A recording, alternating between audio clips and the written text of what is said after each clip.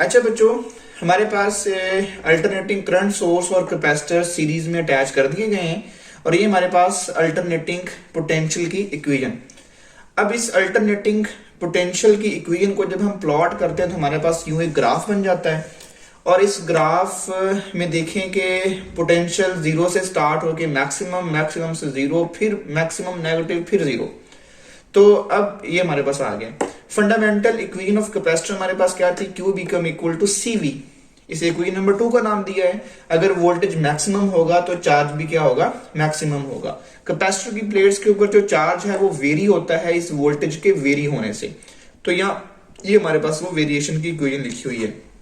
अच्छा, ये जो V वाली वैल्यू थी क्या मैं यहां पर पुट कर सकता हूं? तो मेरे पास Q become equal to CV not sign omega t आ जाएगा। और आपको पता है कि CV नॉट किसके इक्वल होता है? Q नॉट के इक्वल होता है। तो Q become equal to Q naught sign omega T. अब इक्वेशन नंबर 1 और 3, 1 को प्लॉट किया ये बना और Q को प्लॉट किया तो मेरे पास ये ब्लैक वाला ग्राफ निकल आया। क्योंकि V का ग्राफ और Q का ग्राफ सेम है, इसकी रीजन क्या है? इन दोनों के अंदर साइन फंक्शन है। कोई कंफ्यूजन? अब आप जानते हैं कि जो करंट होता है that is equal to delta Q over delta T। Why we need current? क्योंकि हमें वोल्टेज और करंट के दरमियान फेज एंगल चाहिए। तो मुझे करंट का और वोल्टेज का ग्राफ चाहिए। तो ये मेरे पास करंट का ग्राफ तो नहीं है, वोल्टेज का ग्राफ है, चार्ज का ग्राफ है। फॉर वर्टिकल लाइन, अगर लाइन वर्टिकल होगी तो स्लोप क्या होगा? मैक्सिमम। अगर हॉरिजॉन्टल लाइन होगी तो स्लोप क्या होगा? मिनिमम। एक बात जहन में रखनी है बच्चों कि I become equal to del Q over del T। Del Q over del T का मतलब स्लोप है किसका? Q और T कर्व का। Q और T कर्व का जो स्लोप होता है उसे हम यूं भी लिख सकते हैं। तो करंट हमारे पास फिर किसके इक्वल आया? Slope of QT curve. तो इस QT कर्व जो ब्लैक ग्राफ है ये है QT कर्व। अगर इस कर्व के ऊपर मैं डिफरेंट पॉइंट पर टेंजेंट ड्रॉ कर लूं और फिर उन टेंजेंट्स का स्लोप ले लूं तो मुझे क्या मिलेगा? करंट मिलेगा।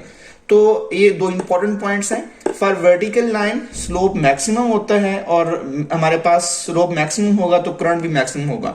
फॉर हॉरिजॉन्टल लाइन, अगर लाइन हॉरिजॉन्टल है तो स्लोप क्या हो जाता है बच्चों? मिनिमम। अब देखिए ए पॉइंट पर मैंने टेंजेंट लगाया है ग्रीन मार्कर से अपवर्ड। तो अब वो अपवर्ड का मतलब क्या है? Vertical line. वर्टिकल लाइन का मतलब स्लोप क्या होगा? मैक्सिमम। तो at A slope maximum. Slope maximum मतलब कि ये चीज मैक्सिमम, अगर ये मैक्सिमम तो current maximum. Slope maximum, current maximum. At B point slope minimum, चूंकि लाइन हॉरिजॉन्टल है, हॉरिजॉन्टल लाइन का स्लोप मिनिमम होता है तो करंट क्या होगा? जीरो होगा। एट पॉइंट सी पॉइंट पर टेंजेंट वर्टिकली डाउनवर्ड है तो स्लोप मैक्सिमम होगा लेकिन नेगेटिव होगा।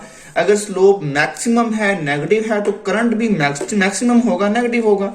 बी पॉइंट पे लाइन क्या आ गई? हॉरिजॉन्टल, और हॉरिजॉन्टल का स्लोप क्या होता है? मिनिमम, तो करंट क्या होगा? जीरो। अब ई पॉइंट पर लाइन वर्टिकली अपवर्ड है तो हमारे पास स्लोप क्या होगा? मैक्सिमम, और मैक्सिमम होने का मतलब करंट क्या है? मैक्सिमम। अब ए पॉइंट पे करंट मैक्सिमम, तो मैक्सिमम करंट जीरो से स्टार्ट नहीं हो सकता तो मैक्सिमम से स्टार्ट होगा। तो करंट हमारे पास यूं ये पॉइंट मिलते जा रहे हैं तो हमारे पास इनको मिला देंगे तो करंट की हमारे पास ग्राफ आ जाएगा। ए पॉइंट पे करंट मैक्सिमम तो यहां पर पॉइंट बना। बी पॉइंट पर स्लोप मिनिमम था, करंट जीरो था तो हम इस पॉइंट पे आ जाएंगे। इस पॉइंट पर स्लोप मैक्सिमम नेगेटिव तो करंट मैक्सिमम नेगेटिव मीन के यहाँ ये वाला पॉइंट आएगा। तो ऐसे बाकी पॉइंट लगा देंगे, इनको मिलाएंगे तो हमारे पास करंट का ग्राफ आ जाएगा। तो अब जो ब्लू ग्राफ है ये करंट के ग्राफ को शो कर रहा है।